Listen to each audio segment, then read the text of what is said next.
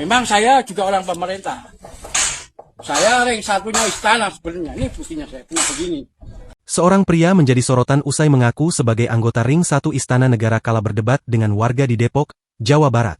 Pria tersebut bahkan sampai memamerkan pistol yang diselipkannya di dalam baju kala ramai diserbu warga.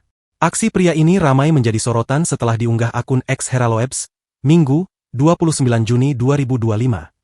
Tampak dalam unggahan tersebut seorang pria mengenakan kaos abu-abu dan celana jeans tengah berdebat dengan warga. Ia diduga terlibat dengan warga terkait perebutan lahan di kawasan bekas rumah pemotongan hewan Rangkapan Jaya Lama, Depok. Pria tersebut sempat terdengar menakuti para warga yang tengah menginterogasi dirinya.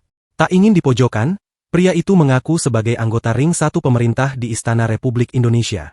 "Saya memang orang pemerintah juga, saya ring 1 istana ini buktinya," ujarnya.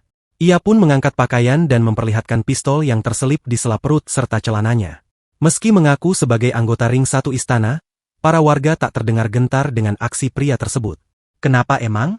Lu mau nembak gua?" sahut warga.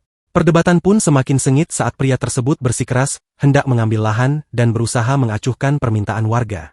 Hingga kini, belum diketahui siapa sosok dari pria tersebut, kelanjutan dari peristiwa ini juga belum diketahui.